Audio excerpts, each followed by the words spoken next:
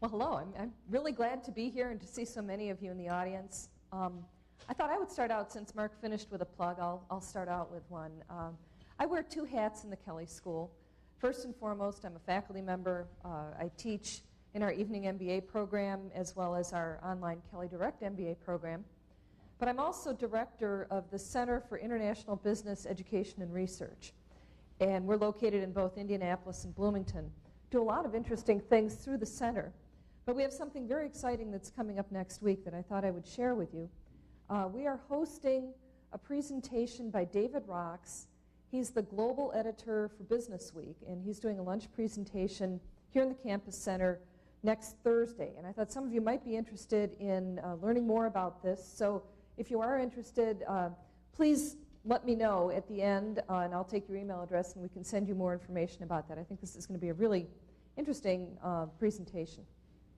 So what I'm going to talk about today is research that I've been doing with several colleagues at Chinese University of Hong Kong, and it fits very nicely with what Mark is talking about. In fact, it builds on his research. You saw something that looked almost exactly like this in Mark's presentation. He started out by looking at supplier networks, very complex supply chains, and then simplified them into a few links. And in research, often we look at a narrower piece of a supply chain and then generalize that to a broader supply chain. So the simplest way to look at a supply chain is three links with the manufacturer in the middle, looking upstream to the customer or supplier and downstream to the customer. And the manufacturer then is the customer of the supplier, but it's also the supplier to the customer. So we could continue that set of linkages downward through the supply chain. What we're focusing on in this research is just the relationship between the manufacturer and the customer. And what we were trying to do was learn more about the kinds of integration that Mark talked about. What helps that kind of integration happen? What sorts of factors work against it? What can be done to do a better job of integrating between customers and their suppliers? And we build our research on some very old work that was done in the field of organizational behavior. I'm sure many of you have taken classes in organizational behavior, and this work on power goes back to the 1950s. So some of this may sound very familiar to you. But what's interesting about it, I see Phil smiling, I'm sure he teaches this in his classes. What's interesting about this work on power is that it was based on relationships between individuals, people in an organization, or perhaps between groups of people in an organization. And what we were interested in was what happens to these relationships in a supply chain? Do we see these same kinds of power relationships existing between organizations and links in a supply chain? So let me start out by just talking a little bit about the basics of power, again going back to this research in the 50s, and then I'll give you some examples of how we might see these in a supply chain and then how we studied these in supply chains in China. First is mediated sources of power. In mediated sources of power, this is the kind of power that you would actually use to influence somebody. You realize you have this power and you're going to use it.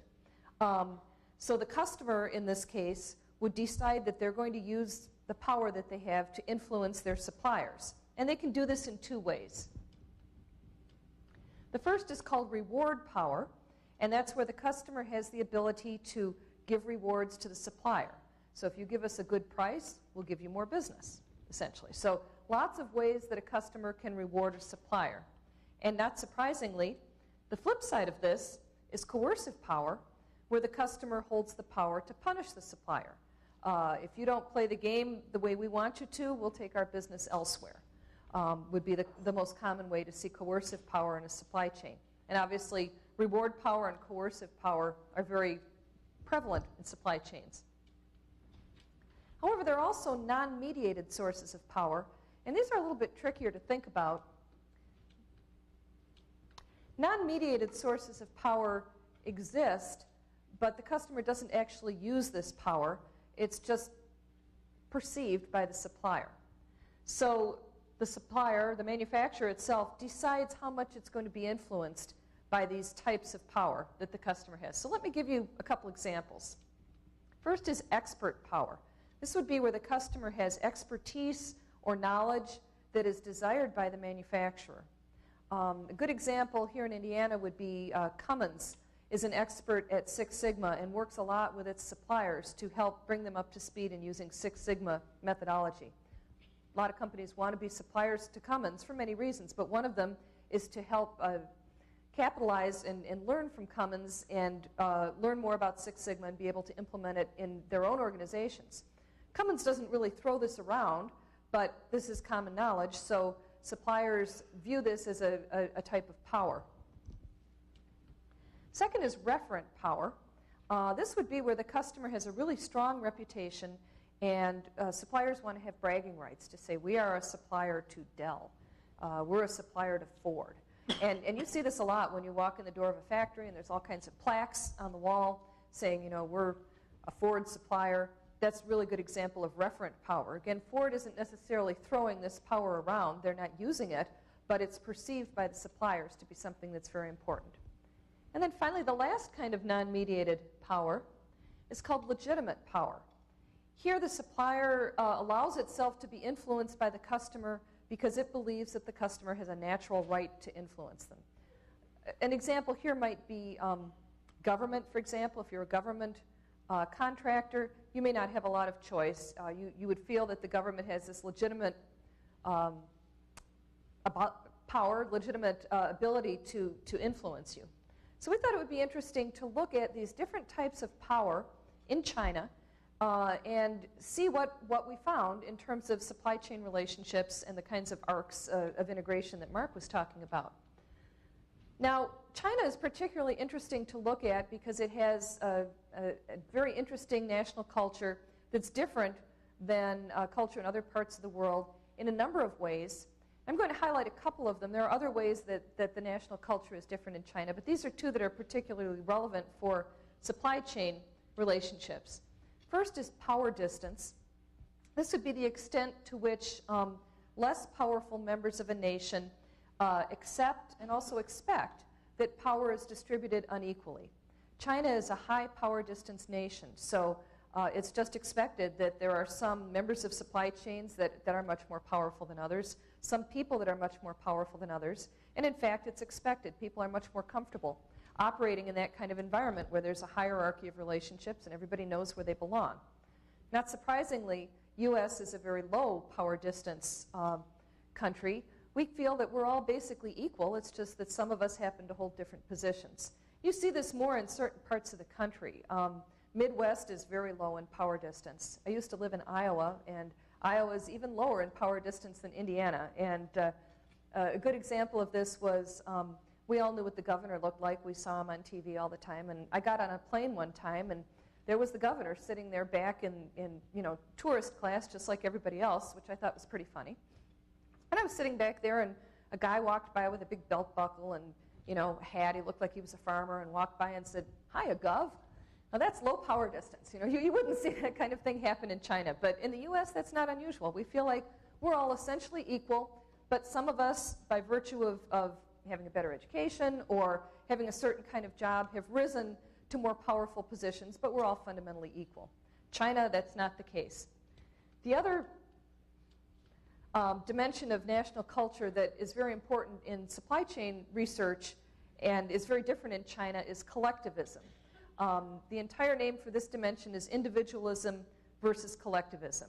Let me start out with individualism. The U.S. is the highest country in the world on individualism. They call this the John Wayne culture. We're all individuals, we're free thinkers, we want to make our own decisions.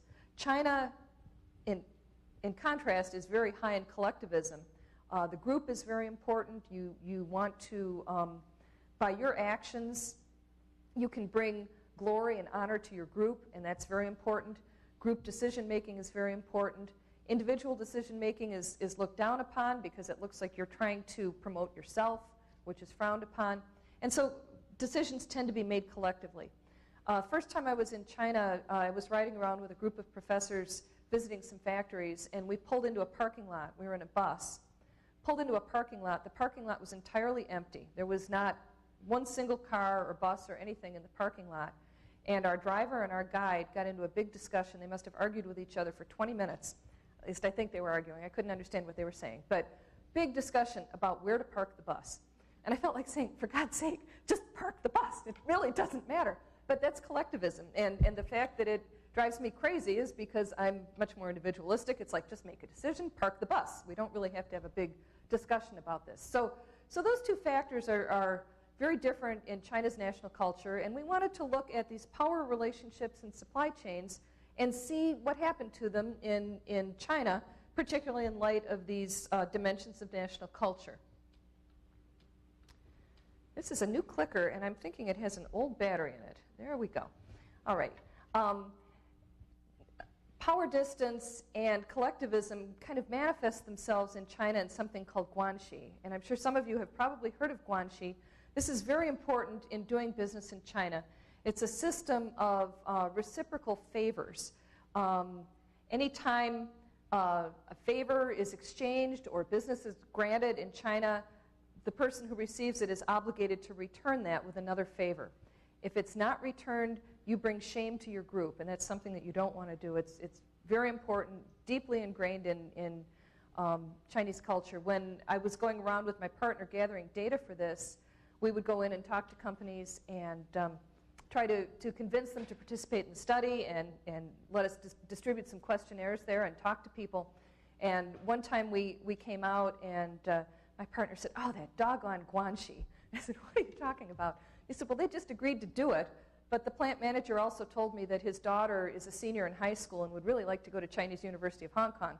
And I know he's going to call me next week and I'm going to have to pull some strings and make sure she gets in." And I mean, it's funny because he recognized that Guan XI was there. He's lived in the U.S. for years. He acts very American in a lot of ways, but deep down inside, Guan XI is important to him and he has to behave in a certain way. So we figured Guan XI would probably be very important in these power relationships as well. It's a morally binding social norm, again, that a favor needs to be reciprocated as soon as possible, as soon as the opportunity occurs. Okay, so what we're looking at is relationship commitment, and that's really the same thing as Mark was talking about in integration between suppliers. This is the willingness of a party to invest resources in a relationship. It could be financial resources, physical resources. And in a supply chain, it's going to be an attitude that's held by supply chain partners about how important it is to develop a long-term, stable relationship, to truly integrate. Now, there are two kinds of relationship commitment. The first is called normative relationship commitment. A good way of thinking about this is thinking about relationships between people and relationship commitment between people. And that's why I've got the little hearts down there. It's not for Valentine's Day. So you think about a guy and a girl, and they get to know each other over time. And after a while, they spend more and more time together, and eventually they fall in love, and they decide to commit to this relationship and to get married. And we want to say they all live happily ever after, but most of you are probably married, and you know that sometimes in a marriage, things get a little rough. It doesn't always go as expected, and there's some conflict. But because the guy and the girl, or the man and the woman, are committed to each other, they work it out. They take the time, they put the effort into developing that relationship, and even though there may be some conflict, they're committed to the relationship, and they work it out. The same kind of relationship can exist between supply chain partners. So this is a mutual, ongoing relationship with a commitment that is over a long period of time. There's inherent trust in this relationship, mutual commitment, and sharing. And again, those are the same kinds of terms that we might use in talking about a relationship between two people who are married to each other. And there's strong expectations that go with this kind of a relationship. Trust is expected. You trust your spouse. Also, absence of opportunism. Opportunism would be when you take advantage of your partner or your spouse, which you wouldn't do in a marriage. So partners are willing to invest transaction-specific assets. What are those? Those are assets that would be difficult to redeploy after the relationship ended. So for example, if I started supplying a customer that wanted something very specific and I invested in a particular type of tooling, that could only be used for that customer. That would be an investment in a transaction-specific asset. If I trust my customer, I might be willing to do that. If I don't trust my customer, I would be concerned that once I had made this investment, then the customer was going to try to get me to lower my price and start making threats and saying, ha, you've got that equipment, you're stuck with it. You know, you really can't go to anybody else, so now we're going to start dealing and I'm going to take advantage of you. So that would be opportunistic behavior. So normative relationship commitment, we expect that there wouldn't be that sort of opportunistic behavior once a supplier has invested in transaction-specific assets. And it seems like collectivism in Chinese culture would be conducive to normative relationship commitment because of the emphasis on the group and developing those relationships, the social bonding within the in-group, and also lack of trust of people that are not within the group. We think of collectives as, because we're not from a collective culture, it's sometimes hard for us to understand it. Sometimes we think it's one big happy family, and that's not really the way it is. Very strong relationships within a particular group, but no relationship whatsoever with people who are outside of the group. This is why U.S. suppliers get into trouble in China sometimes, because they're not perceived as being members of the in-group, and a lot of Chinese companies are very willing to take advantage of companies that aren't members of their in-group. So that lack of trust of people from other groups is dominant as well. So it seems like non-mediated sources of power would be conducive to normative relationship commitment. So that was one of the things that we looked at in this study. We would expect that manufacturers would be more committed to customers that had the kind of knowledge and expertise that they desired. So that would be expert power. So we speculated that normative relationship commitment would be related to expert power. Second, we looked at the goals and values of the other party, and that would be referent power. So it would be important to identify with companies that had similar values and goals, and that seemed like that would be related to normative relationship commitment. Because of the Guan XI networks in China, it seems like that would be even stronger, that there's an extended Guan XI network that I identify with you and Mark identifies with Roger, and therefore I can take glory in everything that Roger does, even though I'm not part of Roger's Guan XI network. So that was a second thing that we studied. And then third, we looked at legitimate power. It seems like legitimate power would also be a factor in normative relationship commitment because of the perception that a company is obligated to accept that influence.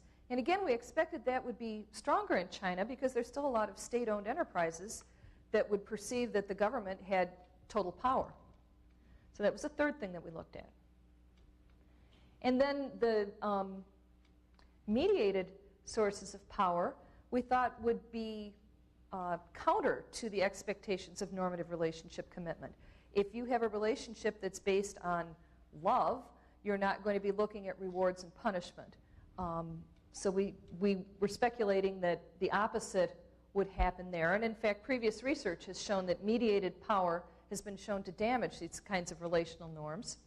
So we are speculating that reward power would be negatively related to normative relationship commitment, and the same thing for coercive power.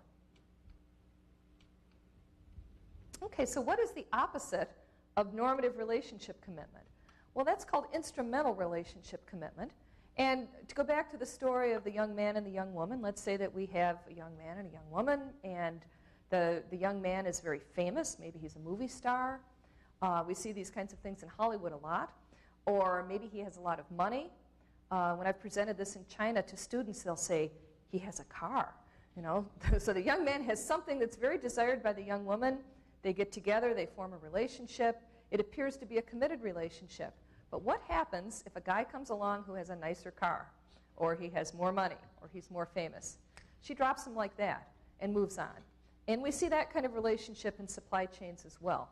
An instrumental relationship, because it's based on the benefits, you know, the active calculation of the benefits and the costs of the relationship.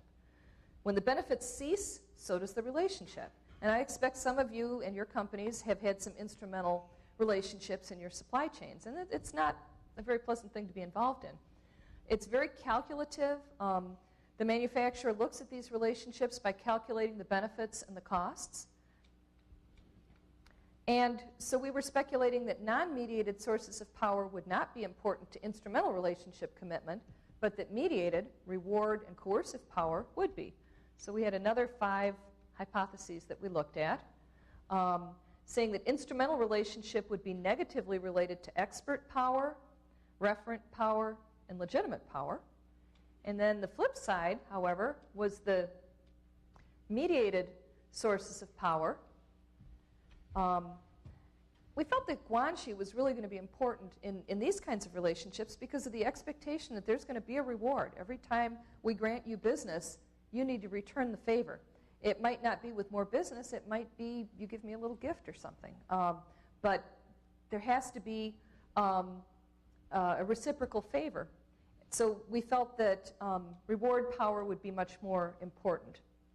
And again, social harmony is going to be disturbed if that obligation isn't filled within a short period of time. And actually, there's been a lot of research on Guan XI by other people that has stated that Guan XI is better and more reliable than a written contract in China, or at least in some parts of China. And that's because contracts are viewed as, historically at least, a way that foreigners come in and take advantage of Chinese companies. So they'll be very willing to sign a contract, but what's really important is Guan XI, and those relationships are going to be stronger than contractual relationships. And I guess for companies that are doing business in China, that suggests the importance of developing a strong Guan XI relationship. There's other research on facilitative governments that says in the absence of a supportive government that will enforce a contract, the relationships are much more important. So we expected that relationships would be very important to instrumental relationship commitment. And again, we looked at reward power and coercive power. You would think that Guan XI would be inconsistent with coercive power, except that when you look outside of the Guan XI network, there's absolutely no obligation. And it's very easy to exploit partners if they're not within your Guan XI network. So there we were looking at instrumental relationship commitment. So putting this all together, what we're looking at more broadly is supply chain integration, which is what Mark talked about. And specifically within that, I apologize, this is really not working very well, customer integration. So to put this all together into a picture, well, I'm sorry, we've got one more here. There's been some previous research on commitment in supply chains, but it tends to not differentiate between normative relationship commitment and instrumental relationship commitment, which are very, very different. And we're expecting that these relationships would be even stronger in China because of Guan XI and trust. The Xinyang is trust. So finally, then we looked at the extent of integration between the customers and how that was related to normative relationship commitment. We expected it would be positively related. Instrumental relationship commitment, which is calculative, we expected that would be negatively related. And then of the two, we felt that normative relationship commitment would be more strongly related to supply chain integration than instrumental. And that's a little interesting to think about. Normative relationship commitment takes a lot longer to develop. And again, think about the guy and the girl. They don't meet and decide to get married tomorrow. It takes a long time to develop that relationship, but once they're committed, then they're willing to move forward with it. An instrumental relationship can happen very quickly, but it can also be broken very quickly. So we felt that the benefits would be more enduring once that normative relationship is established. So putting it all together then, we've got 5 sources of power, and you can see we've got lots of arrows here, but we were expecting that expert, referent, and legitimate power would be positively related to normative relationship commitment, negatively related to instrumental relationship commitment. And then we expected just the opposite for reward and coercive power. We expected that they would be negatively related to normative relationship commitment, positively related to instrumental relationship commitment. And then we didn't know what would happen to that box on the end, whether both normative and instrumental relationship commitment would be related to it or not, but that was something else that we wanted to investigate. So what we did This was a study that we did in China. My research partners are all in Hong Kong. There were 3 people from Hong Kong, and then I was involved in this as well. We discovered that gathering data in China is different than gathering data in the U.S. China's a huge country, as is the U.S. But if we were gathering data for this in the U.S., we would want to get a random sample of manufacturers from all over the country to give us a good cross-section. In China, it turns out that really isn't necessary because there's not a lot of manufacturing going on in a lot of China. The manufacturing is very concentrated in a few parts. And it's also interesting because of the central control that different industries are concentrated in different cities. So we were able to collect data there in just 5 cities and still get a lot of both geographic diversity and economic diversity. So one of the cities was Chongqing, which is not terribly well developed in terms of manufacturing. So we were looking at some weaker manufacturers there. Tianjin is kind of at the middle level of economic development. At the top, Guangzhou and Shanghai, very high levels of economic development. We see a lot more multinationals and international joint ventures in Guangzhou and Shanghai. Chongqing and Tianjin, we're much more likely to see state-owned enterprises. So you can see we got a lot of diversity in those 4 cities. And then Hong Kong as well. Not a lot of manufacturing going on in Hong Kong, but a lot of corporate headquarters there, and then the manufacturing arm was in China. So those were the 5 cities where we collected data. And we ended up hiring people to gather data for us, which is easy to do in China because the costs are very low of people who would gather data. So a whopping 4,569 companies were contacted. I'd like to say we did that, but we didn't. We paid people to do this, which was nice. They were called and offered an incentive gift, part of the Guan XI. 1,356 agreed to receive the questionnaire, and about half of them actually returned it. 617 usable questionnaires spread across those 5 cities. And we asked them about their relationships, their supply chain integration. We borrowed some measures from other sources, and you can see there Froelich and Westbrook. That was the study that Mark was talking about, Piece Froelich, the arcs of integration. We ended up doing a lot of work to make sure that the translation was properly done. And what did we find? Well, this is interesting. The positive, you can see some of the little links in the network are gone. Those were links where there was no relationship. The positive numbers indicate a positive relationship. The negative numbers indicate a negative relationship. So starting at the top, expert and referent power were both positively related to normative relationship commitment. That was what we had expected. That makes a lot of sense, that in order to establish that kind of long-term, enduring relationship, both expert and referent power are very important. We had also expected that reward and coercive power would be negatively related to normative relationship commitment. As you start punishing your supply chain partners, that's not a good way to develop a committed relationship. And sure enough, that negative 0.25 is on the line from coercive power to normative relationship commitment. But interestingly, reward power was positively related to normative relationship commitment. We're quite sure we would not have found that in the U.S. There's been some work done on this before, and reward power in the U.S. in other contexts is always negatively related to normative relationship commitment. So that was a very interesting finding to us, but very consistent with the prevalence of Guan XI in China, that if we do something for you, it has to be, we are obligated to return the favor with a reward. So that makes a lot of sense. Interestingly, legitimate power wasn't related to anything. And we thought that would be really strong in China because of the strong central government. But the more we thought about it, we thought, well, the government is perceived as strong, and that's pervasive throughout society, and people don't really see that as anything unusual. They just kind of take it for granted. So we think that was what was going on there. On the other side, we found that normative relationship commitment has a fairly strong relationship to customer integration. So again, going back to Mark, what Mark was talking about, developing these long-term, enduring relationships is very important to customer integration. Instrumental relationship commitment, where we're calculating the costs and benefits, that's not related to customer integration. So just to kind of summarize, we found that expert and reward power helped commitment, but we also found that those organizations didn't use their expert and reward power in an instrumental way. which was good. It didn't help in developing those short-term transactional relationships. Legitimate power, as I mentioned, wasn't related to either type of relationship commitment, and we really think that's a function of just the high power distance national culture in China. But we're not sure about that. We want to study that one some more. That was a very interesting finding.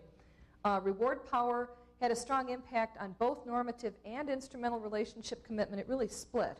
You don't see that happening in other parts of the world, but because of Guan XI in China, we think that's what was going on there. Excuse me. Mediated sources of power, so that would be reward and coercive power, had a different kind of effect on normative relationship commitment in China than what we would expect in the rest of the world. And that's very important for members of Chinese supply chains to have a good understanding of in order to deal effectively with partners in China. Expert power is the most important type of power in establishing normative relationship commitments. So in working to establish a long-term, enduring relationship, developing some expertise that's valued by the customer is very, very important.